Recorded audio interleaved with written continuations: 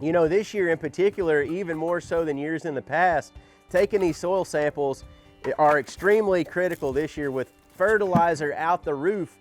We want to know exactly where our pH is. We want to know exactly what that ground and that soil needs to grow the very best food plots we can. And by taking these soil samples, we're going to be able to get it dialed in perfect. By being able to get these soil samples dialed in, we're not going to be wasting money on fertilizer, putting out stuff on the ground that we don't need.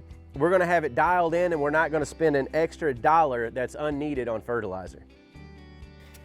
We got all of our, we kind of gridded this about 1.5 acre food plot out.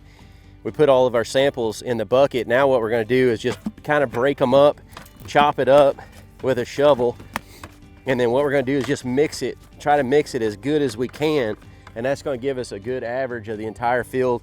And then we'll take a sample and put it in a Ziploc bag, and that's what we'll actually submit. Like I said, it's just important not to just take it from one spot, because you might have got heavy on fertilizer and lime in that one particular spot, and your pH might be completely different than it is 100 yards across the field. So it's super important to grid these plots, mix it up good, get yourself a good average, and that's going to tell you what you need throughout the whole field.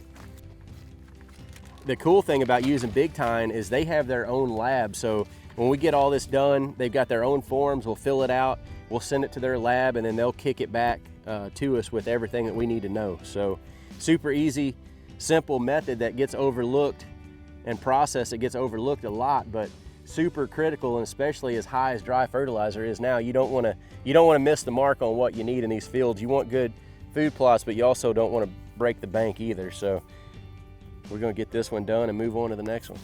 Seed is no doubt important, but even more so than seed is making sure that you get that soil dialed in. So do yourself a favor, before you spend all that money on seed, all that money on fertilizer, all that money on lime, take a soil sample first. Get that soil figured out as far as what you need to put into it to grow the very best food plots that you possibly can.